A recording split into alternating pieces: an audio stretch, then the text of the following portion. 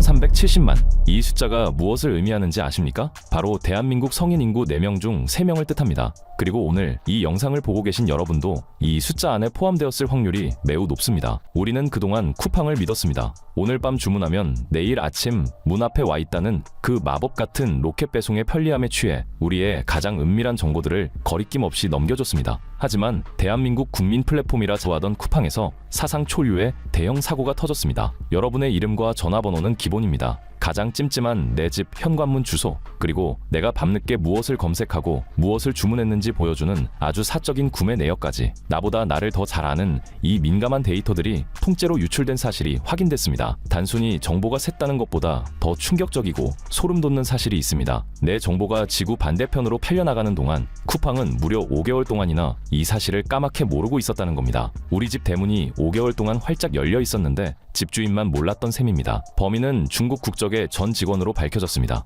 그런데 쿠팡의 반응이 가관입니다. 뒤늦게 사실을 알고 나서 한다는 말이 우리도 범죄의 피해자다라며 억울함을 호소하고 있습니다. 과연 국민들이 이 말을 고지곳대로 믿어줄까요? 여론은 싸늘하다 못해 분노로 들끓고 있습니다. 5개월간의 늑장 대응, 그리고 고객의 피해 회복보다는 수천억 원의 과징금을 피하기 위해 꼼수를 부리는 듯한 태도 때문입니다. 이번 사건으로 대한민국 국민 중 개인정보 공공재가 아닌 사람은 없다는 자조 섞인 한탄까지 나오고 있습니다. 도대체 내 개인정보는 어디로 흘러간 걸까요? 그리고 이 사건은 앞으로 우리 삶에 어떤 끔찍한 위협으로 돌아오게 될까요? 쿠팡 개인정보 유출 사태의 전말과 숨겨진 진실, 그리고 지금 당장 여러분이 취해야 할 조치까지 하나하나 낱낱이 파헤쳐 보겠습니다.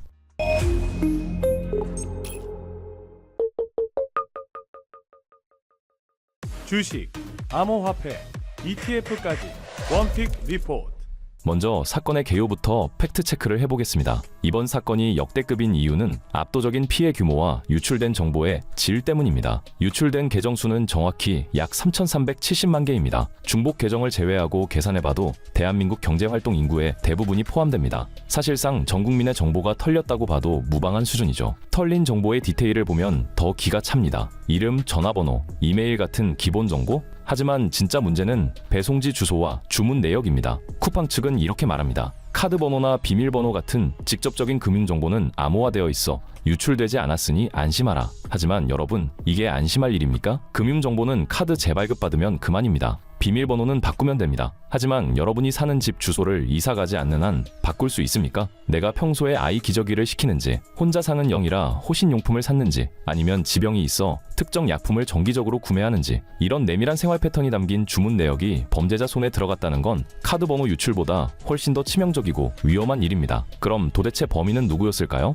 고도의 해킹 기술을 가진 국제 해커 조직이었을까요? 아닙니다. 허무하게도 중국 국적의 전직 쿠팡 직원이었습니다. 이 직원은 퇴사 전후로 내부 시스템에 대한 접근 권한을 이용해 야금야금 데이터를 빼돌린 것으로 추정됩니다. 더 기가 막힌 건 이 범인은 이미 유유히 한국을 떠나 중국으로 출국한 상태라는 점입니다. 잡고 싶어도 잡기가 매우 어려운 상황이 된 거죠. 이 사건이 단순한 사고를 넘어 참사라고 불리는 결정적인 이유는 바로 타임라인에 있습니다. 유출이 시작된 시점은 2025년 6월 24일로 거슬러 올라갑니다. 이때부터 11월까지 약 5개월이라는 긴 시간 동안 범인은 해외 서버를 우회하며 쿠팡 시스템을 제 집 안방 드나들듯 접속해 데이터를 탈취했습니다. 문제는 IT 기업을 표방하던 쿠팡이 이 5개월 동안 아무것도 몰랐다는 겁니다. 보안 시스템이 작동을 안 한 건지 아예 없었던 건지 의심스러울 정도입니다. 12월 6일 시스템상 비정상적인 접근 로그, 즉 이상 징후가 일부 포착됐습니다. 정상적인 기업이라면 이때 즉시 차단하고 조사를 했어야죠. 하지만 쿠팡은 즉각적인 조치를 취하지 않았습니다.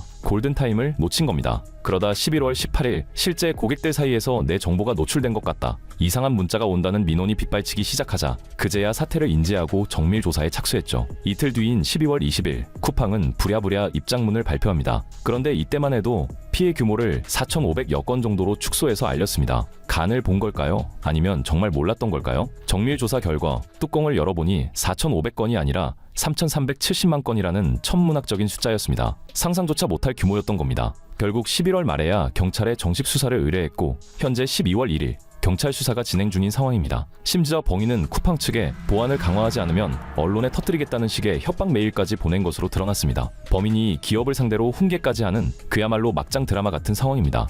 여기서 쿠팡의 공식 입장을 뜯어볼 필요가 있습니다. 쿠팡의 주장은 아주 명확하고 일관됩니다. 우리도 피해자다. 이번 사건은 외부 해킹으로 보안이 뚫린 게 아니라 접근 권한을 알고 있던 내부자, 즉 퇴사자가 작정하고 악의적으로 정보를 빼돌린 범죄 행위라는 점을 강조합니다. 그리고 금융정보는 안전하니 금전적 피해 가능성은 낮다는 말을 반복하며 고객들을 안심시키려 하고 있죠. 하지만 여론과 보안 전문가들의 시선은 매우 차갑습니다. 아니, 냉소적입니다. 쿠팡의 이런 태도가 책임을 회피하려는 얄팍한 꼼수로 보이기 때문입니다. 첫째, 피해자 코스프레 논란입니다. 100번 양보해서 직원의 악의적 범죄라고 칩시다. 하지만 퇴사한 지 한참 된 직원이 그것도 5개월 동안이나 회사 시스템에 무단으로 접속해서 3천만 명이 넘는 데이터를 퍼나르는데 이걸 전혀 몰랐다? 이건 회사가 피해를 입은 게 아닙니다. 명백한 직무유기이자 관리 부실입니다. 보안 시스템의 가장 기본 중의 기본인 계정 접근 관리가 완전히 붕괴했다는 걸 스스로 전 세계에 광고하는 꼴입니다. 문단속을 안 해놓고 도둑 들었다고 하소연하는 것과 무엇이 다릅니까?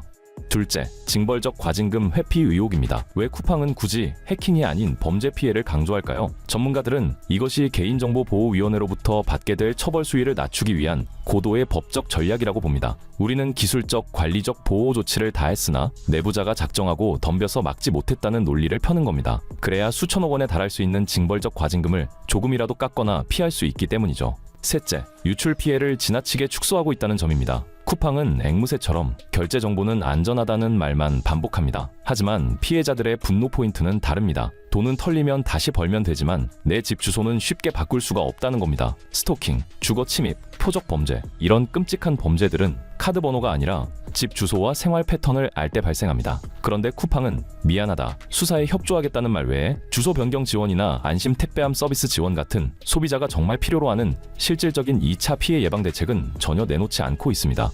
이번 사건이 왜 이렇게까지 심각하게 다루어져야 하는지 그 위험성을 세 가지로 정리해드리겠습니다. 아직 심각성이 와닿지 않는 분들은 잘 들으셔야 합니다. 첫 번째, 사이버 공간을 넘어 현실 공간에 위협이 되기 때문입니다. 앞서 말씀드렸듯 범인은 중국 국적이고 이미 중국으로 출국했습니다. 다들 아시겠지만 중국은 자국민 송환에 매우 비협조적인 국가입니다. 한국과 중국 간의 강제 송환 조약도 제대로 작동하지 않는 경우가 많습니다. 이 말은 즉 수사가 장기화될 수밖에 없고 범인을 잡을 확률이 매우 낮다는 뜻입니다. 그 사이에 범인이 훔쳐간 3,370만 명의 데이터는 중국이나 제3국의 암시장에 헐값에 팔려나갈 가능성이 100%에 가깝습니다. 두 번째, 5개월간의 보안 공백은 관리의 총체적 실패를 의미합니다. 단순히 방화벽 하나가 뚫린 게 아닙니다. 글로벌 기업을 지향한다는 뉴욕 증시에 상장된 쿠팡이 퇴사자 관리조차 못해서 5개월 동안 대문을 열어두고 있었다는 사실은 충격을 넘어 공포스럽기까지 합니다. 세 번째, 고도로 정교해질 2차 피해, 바로 맞춤형 피싱과 스미싱입니다. 이제 스팸 문자는 엄마나 폰 고장났어 수준이 아닐 겁니다. 범인들은 여러분이 지난주에 쿠팡에서 무엇을 샀는지 알고 있습니다. 상상을 해보십시오. 여러분이 어제 아기를 위해 특정 브랜드의 분유를 주문했습니다. 그런데 오늘 이런 문자가 옵니다. 안녕하세요, 쿠팡맨입니다. 고객님이 주문하신 분유 주소지가 불분명하여 반송 예정입니다. 아래 링크로 정확한 주소를 입력해주세요. 내가 어제 실제로 산 물건을 콕 집어서 이야기하는데 이걸 의심할 사람이 몇이나 될까요? 링크를 누르는 순간 여러분의 스마트폰은 해킹되거나 금융정보가 털리는 겁니다. 이미 주소와 전화번호, 구매 내역까지 결합된 정보는 사기꾼들에게 핵무기급 아이템이 됩니다. 해외 사례를 볼까요? 메타나 아마존 같은 글로벌 기업들은 개인정보 유출 사고가 터지면 수조 원대의 천문학적인 벌금을 맞습니다. 우리 정부도 이번 사태를 매우 심각하게 보고 있습니다. 개인정보보호위원회는 이번 사건을 역대 최고 수준의 조사로 분류했습니다. 과거 SK텔레콤이 받았던 과징금 1,348억 원은 애교 수준일 수 있습니다. 이번에는 수천억 원대의 징벌적 과징금이 부과될 가능성이 큽니다. 이 사건은 쿠팡이라는 기업의 미래에도 어두운 그림자를 들이우고 있습니다. 지금 쿠팡은 악재의 3중고에 빠져 있습니다. 첫째는 이번 사태로 민낯이 드러난 기술 및 보안의 허점, 둘째는 끊이지 않는 택배 노동자 사망 사건 등으로 불거진 사회적 윤리 문제, 셋째는 최근 불거진 퇴직금 미지급 논란 등으로 인한 재무적, 노무적 리스크입니다. 2024년 쿠팡은 뼈를 깎는 비용 효율화와 독점적 시장 지위를 바탕으로 드디어 흑자 전환에 성공했습니다. 이제 돈 벌 일만 남았다. 한국 유통은 쿠팡이 천하통일했다고 했죠. 하지만 이번 사태로 수천억 원대의 과징금을 얻어맞게 된다면 다시 적자로 돌아설 수 있습니다. 재무제표가 다시 빨간불로 바뀌는 겁니다. 이번 사건은 그동안 쌓여온 불신에 기름을 부은 격입니다. 빠르면 뭐하냐? 내 정보가 다 털리는데 라는 인식이 박혀버린 거죠. 이미 여론은 최악으로 치닫고 있습니다. 내 집 주소와 주문 내역이 범죄에 악용될까 두렵다는 공포는 분노로 바뀌었습니다. 네이버 카페 등 커뮤니티에는 피해자 모임이 결성됐고 벌써 수천 명 규모의 집단 손해배상 소송이 준비되고 있습니다. 변호사들이 줄을 서고 있다는 소문도 들립니다. 더 나아가 더 이상 쿠팡을 믿을 수 없다며 쿠팡 탈퇴와 카드 정보 삭제를 인증하는 릴레이가 이어지고 있습니다. 고객이 떠나는 플랫폼에 미래는 없습니다. 쿠팡의 펀더멘탈 자체가 뿌리째 흔들리고 있는 겁니다. 그렇다면 우리는 지금 무엇을 해야 할까요? 욕만 하고 있을 수는 없습니다. 기업과 정부가 해결해 주길 마냥 기다릴 수만은 없습니다. 지금 당장 스마트폰을 켜고 실천해야 할 구체적인 행동 요령 4가지를 알려드리겠습니다. 지금 바로 따라하세요. 첫째, 쿠팡 로그인 기기 관리입니다. 쿠팡 앱에서 내 정보, 로그인 설정, 로그인된 기기 관리를 확인하세요. 여기서 내가 쓰지 않는 기기 혹은 언노운이라고 뜨거나 접속 지역이 해외로 찍힌 기록이 있다면 1초도 망설이지 말고 즉시 로그아웃 시키고 삭제해야 합니다. 범인이 아직도 내 계정에 접속해 있을 수 있습니다. 둘째, 결제 비밀번호 변경 및 생체 인증 강화입니다. 비밀번호는 주기적으로 바꾸는 게 좋지만 이번 기회에 반드시 변경하십시오. 기존에 쓰던 것과 전혀 다른 것으로요. 그리고 가능하다면 숫자 비밀번호보다는 지문이나 페이스 아이디 같은 생체 인증을 활성화해서 보안 단계를 높이시는 게 좋습니다. 이건 털어가기가 훨씬 어려우니까요. 셋째, 직구를 이용하시는 분들은 개인 통관 고유 보호를 재발급 받으십시오. 많은 분들이 이걸 놓치십니다. 이번 유출 정보에 통관 보호가 직접 언급되진 않았지만 주소와 이름, 전화번호가 털렸다면 통관 보호 도용도 시간 문제입니다. 내 명의로 마약이나 짝퉁 물건이 밀수될 수도 있다는 얘기입니다. 관세청 유니패스 사이트나 모바일 관세청 앱에 들어가셔서 기존 부호를 사용 정지하거나 폐기하고 새로 발급받으시는 것을 강력히 추천합니다. 1분이면 됩니다. 넷째, 앞으로 오는 문자나 이메일을 의심하고 또 의심하십시오. 이게 제일 중요합니다. 특히 택배 배송 이슈, 주소지 확인, 이벤트 당첨, 무료 쿠폰 지급 같은 문자가 온다면 절대 링크를 클릭하지 마십시오. 범인들은 여러분이 쿠팡을 자주 이용한다는 사실을 알고 있습니다. 아주 교묘하게 쿠팡 로고까지 박아서 사칭할 것입니다. 확인이 필요하면 링크를 누르지 말고 직접 쿠팡 앱을 켜서 확인하는 습관을 들이셔야 합니다.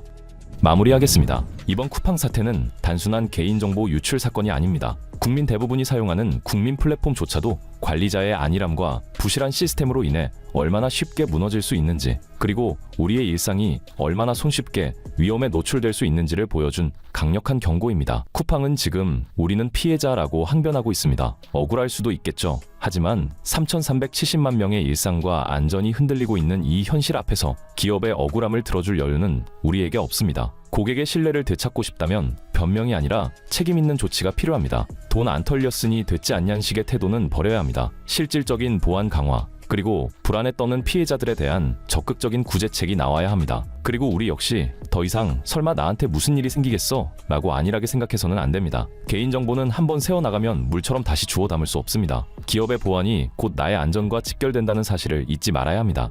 쿠팡 사태가 그저 역대급 참사라는 뉴스거리로만 끝나서는 안 됩니다. 이 사건이 한국 플랫폼 기업 전체의 보안 의식을 뜯어고치고 소비자의 권리를 되찾는 결정적인 전환점이 되기를 바랍니다.